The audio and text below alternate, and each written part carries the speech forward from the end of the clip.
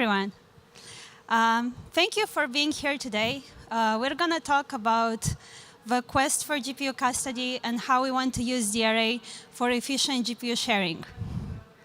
The session will be presented by me. My name is Dana. I work at CERN. I'm a computing engineer. And Jan Philippe over here, who's a principal engineer at NVIDIA. All right, so let's start with the easy part. What is CERN? So CERN is the European Organization for Nuclear Research.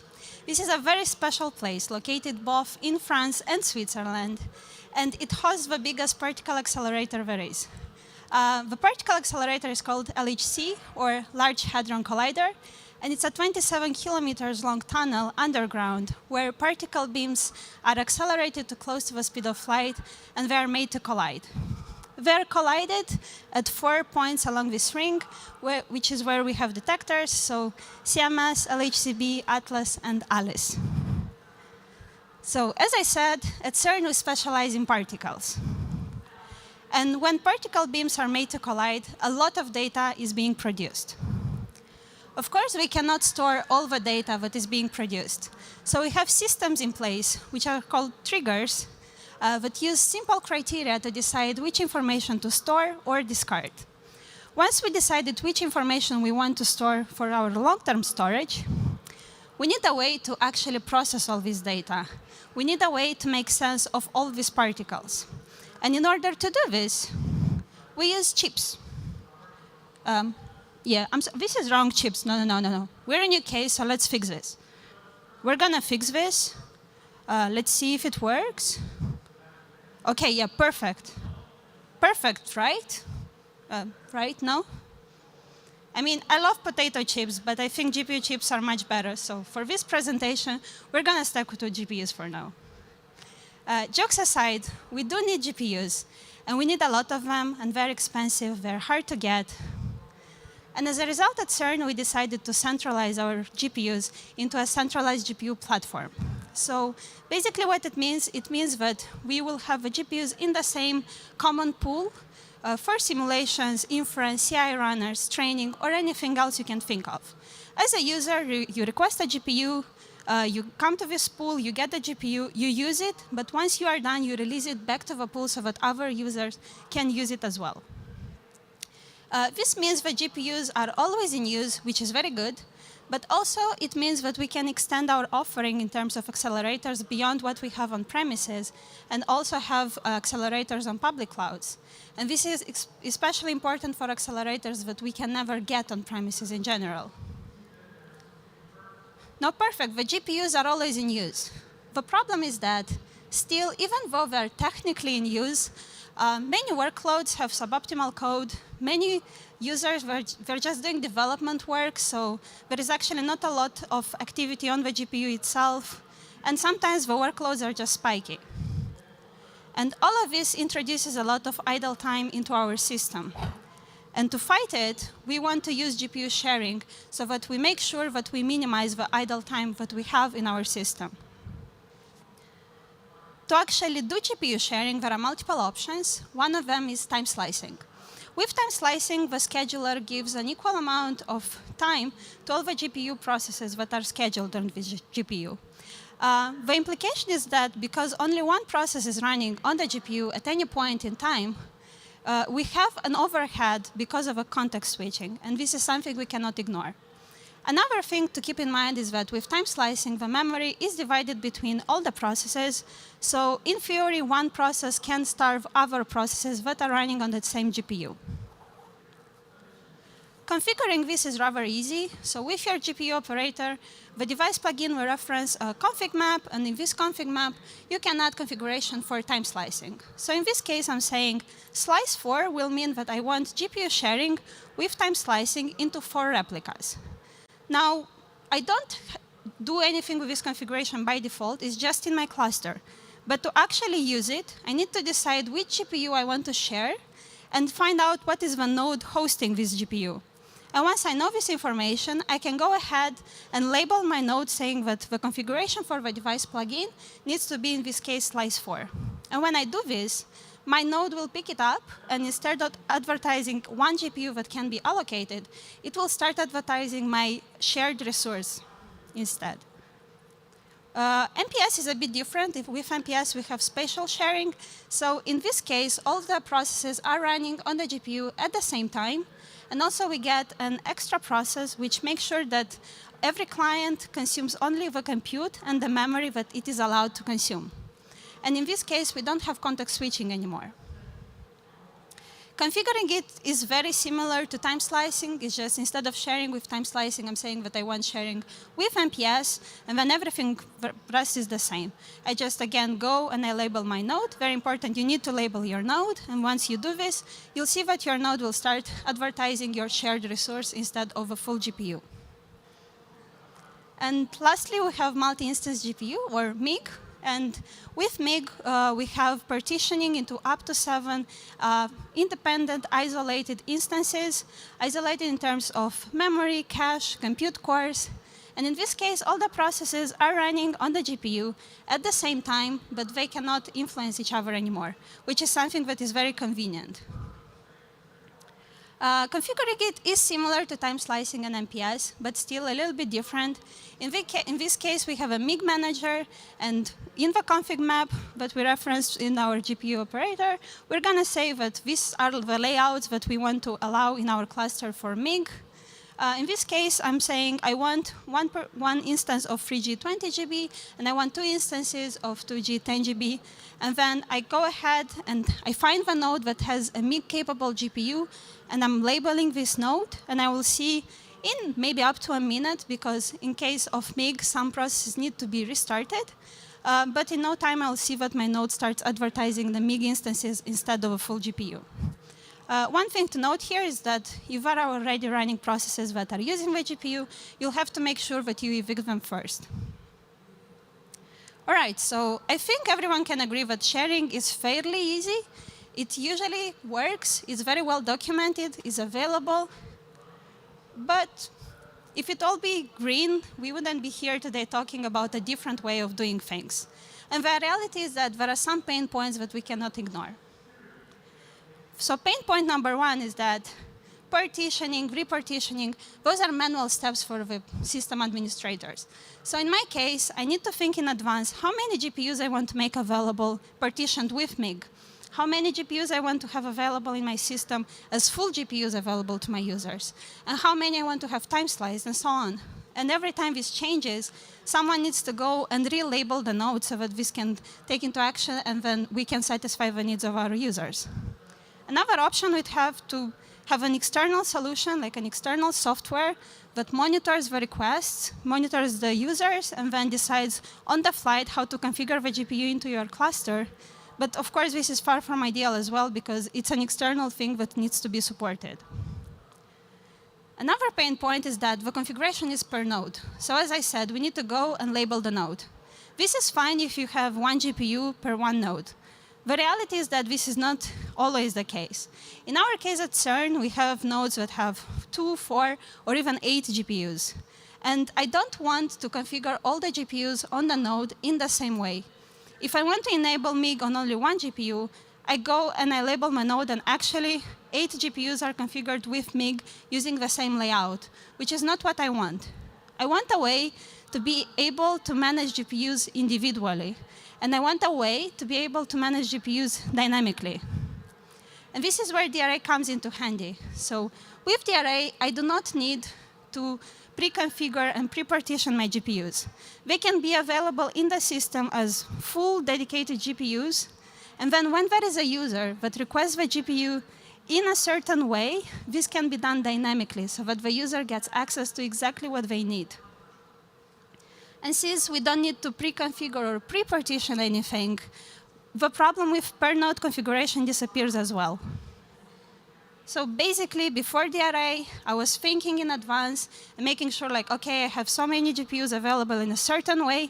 Now I just have all the GPUs I can get in the system, and then where is a request, they're being partitioned in the way that they need to be partitioned to satisfy the needs of my users. So with this in mind, let's find out more about DRA and why this is the way to do it. Cool. Thank you, Diana. So I'm Jan Philipp. I very recently joined NVIDIA. And it's my pleasure to give you a brief, quick overview over dynamic resource allocation, or DRA for short. Is John here? Like I like one of John's mission statements from one of the talks I watched from last year. DRA enables simple and efficient configuration and sharing and allocation of accelerators and other specialized devices. Another more bold mission statement, I think it was actually Patrick who said this in one of the talks I watched to get up to speed with DRA, is DRA is here to redefine Kubernetes' relationship with hardware. Quickly about some key people involved. This has mainly been John from Google, I don't know if you're here, Patrick and Kevin from NVIDIA, who have been driving this initiative over the last few years. And there is a device management working group formed last year with the mission to bring DRA towards GA. I'm oversimplifying here, but I think that's a good way to look at it. What does DRA add really at the high level? There are two relevant dimensions to this. For device vendors, there's a new way to describe devices. And as users, you will probably also not even look at this. As users, you will mainly care about the new way or ways to request devices, or groups of devices even, or fractions thereof. Just quickly to cover the describing devices part, it's important to know that the task of doing the device description is, of course, vendor specific, and vendors need to add their own drivers. We call them DRA drivers. And without drivers, DRA doesn't really do anything. That's just a very important thing to understand about DRA. There are a few drivers out there in the world. Intel is building drivers for their hardware. We at NVIDIA are building the DRA driver for GPUs. There's a reference implementation I've been linking here that I think mainly Kevin and Patrick have been building. Beyond that, in my own efforts to search the web, I think there is not much yet. Is that right? But yeah, we're hoping to grow that ecosystem, of course. Most importantly, DRA is there. It's ready to be tried out by all of you. It's still hidden behind a feature gate. How you enable that depends on how you deploy Kubernetes. We have managed to promote DRA towards beta back in December, and we're on our way to GA, hopefully by the end of the year. Diana described quite vividly what the limitations are of the system we largely, all of us, use today, the device plugin approach, like the current or traditional way of doing things. Maybe in my own words, that interface is highly limited. There are 3 degrees of freedom. You have a resource name, a resource count, and everything else you want to do in terms of mapping complexity, you have to squeeze into node labels and corresponding node selectors. And that's like, actually, I'm surprised that we got so far with that very limited model, because yeah, you just cannot map device properties, like individual device properties, and you also cannot really meaningfully describe any more abstract resources. So a little more GPU-oriented point of view on those limitations. You can only really have one type of GPU per node. If you have different types, there's no way to map that in a meaningful way. You, as a user, you cannot really ask for something like, give me a device with at least so and so much memory. You cannot also, I mean, NVIDIA GPU hardware has really nice features, like, for example, those multi-instance GPUs, where you can actually split a device into, mini GPUs, so to say. But in Kubernetes, there's no meaningful way to ask for this so far. And you also cannot request device groups. And when it's about sharing, like controlled sharing of an individual device between, say, a couple of containers or pods, there is no meaningful way to do this so far. And DRA addresses all these well-known limitations systematically. So it enables making proper use of MIC devices, like the dynamic subdivision of large devices is now possible. You can request a specific device configuration, which is then actuated for you on the fly, meaning including proper cleanup after your workload completes. You can request groups of devices, and DRA also enables the concept of a resource that is not tied to the concept of a node anymore. Like the node is not as important anymore. We can define single abstract resources that are spanning multiple nodes, or even something that I think John called a no-node resource, if I listen to him properly. As users, you would mainly care about the new primitives for requesting devices. And that's largely the resource claim, which is introduced by DRA, and the corresponding resource claim template. And from here, for the rest of the talk, I want to take the time to go through 4 examples, and hopefully also have the time to conclude that with a little demo. So, the first example is really just a very, very basic example for controlled sharing of a single GPU device among 2 containers. Compared to the traditional way, like we are all very aware that it looks a little more bulky, but let's walk through it step by step. Do I have a pointer? No, I don't. Okay, no pointer. On the right-hand side, we can see both containers referring to a claim with a name called GPU, right? And that claim is defined at the bottom of the YAML. And it's important to know that in DRA, a resource claim represents one single physical resource. So that's the systematic, precise way of saying I want both containers use the same device. And that device, through a layer of indirection, is actually defined by the resource claim template, and it's basically just saying, give me one GPU, one NVIDIA GPU. Let's have a look at the output. If we run this, like really from both containers' point of view, this is the same device as identified by device UUID. So in this case, maybe the traditional way would have been a little more compact to describe a similar thing, but it would not be as precise, and the additional verbosity allows for flexibility that we will see in the next example, for example. We don't need to understand all details here, and I'm also not showing a workload consuming this, but you can see that you can put complexity and flexibility in the way to request devices. So here we have 2 things going on that are interesting. We can see that there's a specific configuration of the device that we are requesting towards the bottom of the document, in terms of, in this case, time slicing, where we don't need to really understand that now. It's just we're asking for a specifically configured device, and that's actuated by the system. And then we can, in this case, we can see that we can also apply complex logic, in this case, asking for a specific product name that matches a text pattern. Third example, and this is, I think, the one we should really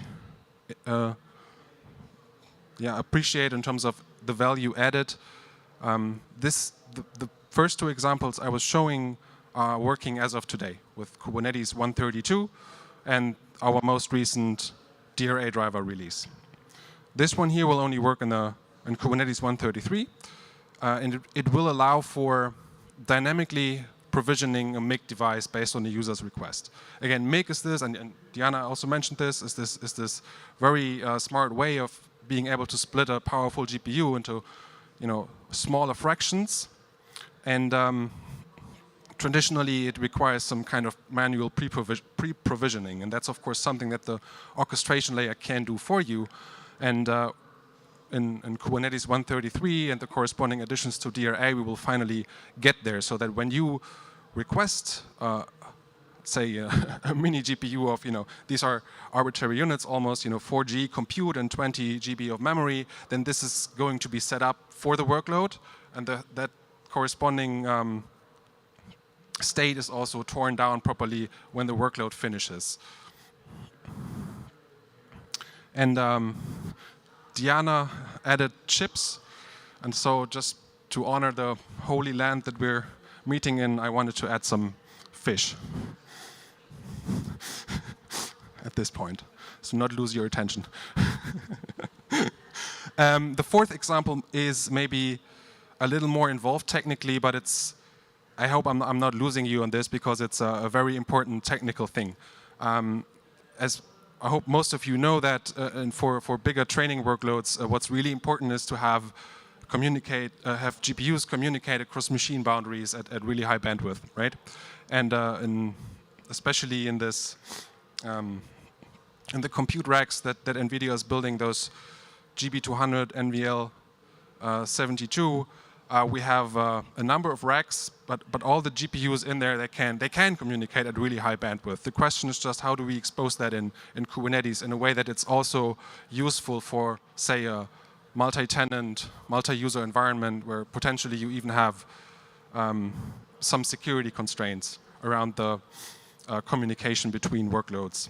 And so to enable that in a meaningful way, we've recently added to this DRA driver that we are building a new primitive that we call compute domain, and that really allows you to set up this communication, these communication primitives between the parts of your workload, the individual pods, in a secure way, so that just your workload can communicate with each other, and other parties on the same cluster are isolated from that.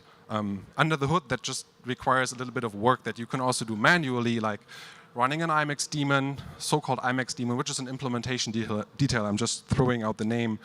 You have to run the daemon on the nodes involved in the workload, and you have to set up an IMAX channel, and all of that requires some orchestration that we are now taking care for you in an ephemeral way almost. You know, the compute domain construct ensures that all the required components are set up for your workload and then also torn down properly when your workload finishes. And in this case, as you can see on the left-hand side here, you just say, I need this compute domain. You give it a name, and then you refer to that name in your workload, and the rest is done by the system. And I want to quickly demonstrate that for you. I thought about how to do this. At the core, what I found convincing is for demonstrating that this works, at the core you want to have one GPU allocate some memory and then make that memory allocation exportable to a different GPU on a different node, right? And in raw CUDA API terms, like this is what you need to do, what I'm showing here on the right-hand side. So one pod is actually, in the first line you see, it's allocating some memory with qmem create, and then we have the API call qmem export to shareable handle of a specific type. And that type, qmem handle type fabric, is precisely what you need to make this multi-node NVLink memory sharing at high bandwidth possible. And that handle is, after all, just a tiny blob of data. You bring it to another node, to a GPU there, and you can import it. And the import will only succeed when the underlying orchestration was done so that those two GPUs have a so-called shared IMAX channel. So if this works, our compute domain construct works. Let's see. Quick demo. So on the right-hand side, I had a YAML document showing some work, a job comprised of 2 pods. And that's what I'm hopefully deploying here right now. Just the job, 2 pods. They are running on 2 different nodes. We can have a, can you hold it for me, please? Does this microphone work? Thank you, yeah. So we can have a look at the pod status. Okay, they are now both, like, you know, they are both on 2 different nodes. We see that here, right? 2 different host names. They're now running. And now, we probably already have some log output. So one of the pods actually allocated memory on the GPU, exported the handle, and we're looking at the data here. The handle is some bytes, hex notation, just to make it to visualize it. And then on the other node, the other GPU, we just see that the import from shareable handle API call succeeded, which means that the underlying IMAX channel was actually available. And all that was handled by the compute domain logic of our DRA driver. And now we can have a quick look at the log output. Oh no, I was too slow. You know, the pod that I was actually inspecting right now, the daemon running the IMAX daemon, is already gone. Anyway, we would have just seen that, the daemon confirmed what we saw, basically the memory exchange. Okay. In terms of time, I think that was pretty good. Quick outlook. What I said, like the partitional devices story will work properly in the next release of Kubernetes 133, and we're going to hopefully have a DRA GA, meaning enabled by default by the end of the year. And if you want to learn way more about all this that I just talked about, I really want to recommend Kevin and Patrick's talk on Thursday. And also Diana is going to have a more exhaustive overview of what they're doing at CERN on Thursday. Thank you so much.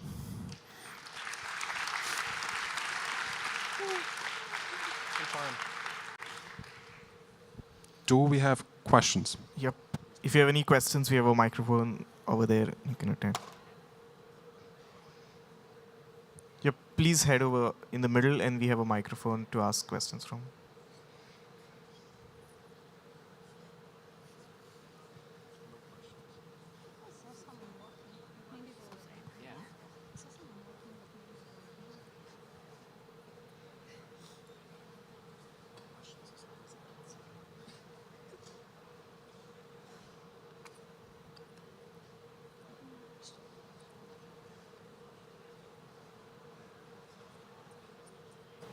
Hi, can you hear me? Yep. Hey, how's it going? Yeah, thanks for the presentation. I'm over here. Oh, yeah. Yeah, I think you mentioned like in 1.32 that the feature gates are available to use DRA. So what's happening in 1.32 and what's happening in 1.33? So yeah, 1.32, which has been released a while ago, the feature gate is available. So if you just install Kubernetes and set the feature gate, you can use DRA, meaning you can deploy, for example, NVIDIA's DRA driver for GPUs, and it will do its thing. In 133, I think that is not going to change yet, so you still have to manually opt in to using DRA. And the big achievement in 134 maybe would be that it just is enabled by default. Does that answer the question? Yeah, that's perfect. Thanks. And another question is, so you've talked about kind of having NVLink work between, or like across nodes, right? But you need to make sure those nodes are on the same server rack, right? So are there any kind of conversations with public cloud providers for allowing that kind of feature? Yeah, I mean, you're absolutely right. So this only makes sense when the nodes are connected with those NVLink switches, and like internally, this is depicted by a so-called like domain ID. So the system knows when there is NVLink linkage between the nodes. So realistically, this only makes sense, in these what makes most of the sense in these huge racks like NVL 72, and maybe you can also get to connectivity beyond that, but that would then fall back to a slower connection. Nice. Thank you so much. Pleasure. So in your demo, from my understanding, I saw you have 2 pods running on 2 nodes connected to 2 different GPUs, and they're connected using an IMX channel. And that's one application, is that correct? Right. And so what happens if you lost one of those pods? What if you killed one of them? So from a application point of view, of course, when you have vivid communication going on between the GPUs, so you would need to handle that, I would say, on the application level. And I think, in many HPC scenarios, maybe you have some kind of restart point to go back to. Okay, so what you're saying is like it's usually on the application to have the application will be responsible for handling this kind of failure scenario. This is the expectation. Yeah, so I mean, you can of course have Kubernetes just restart your pods, but I would say if you really do meaningful work, you don't just want to restart all over, but you want to have some kind of checkpointing going on, and maybe you can also make it so that if your application crashes and then maybe Kubernetes restarts your containers, that you pick up where you left off. But that would still something, I guess, that you would need to build yourself. Yeah, because I'm wondering too, even now, like you got to think about the rescheduling of the new pod. Does it go back to the same node? Does it use the same IMAX channel, the same GPU? Does it go somewhere else? I don't know. Like, because now you have the application who has some understanding and expectation that it could be preempted, and then Kubernetes would probably have some other expectation of how it's going to be scheduled. I don't know. I'm just thinking. I mean, yeah, you're certainly right that this is probably, you know, especially when you have, I don't know, a 10,000 GPU training job, failures will happen, and that story needs to be like well thought through, right? Yeah. Yeah. Okay. I was just wondering if it's something. Sure. Yeah. Cool. Thank you. Thank you. Yeah, I think that's all the time we have for questions. Sorry, but we can take rest of your questions in the hallway track. Does that work? Sorry? The rest of the questions can follow in the hallway track. sure, People yeah, can find you. Yep, sure. Thank you. Thank you. Diana. Thank you, Jan Philip.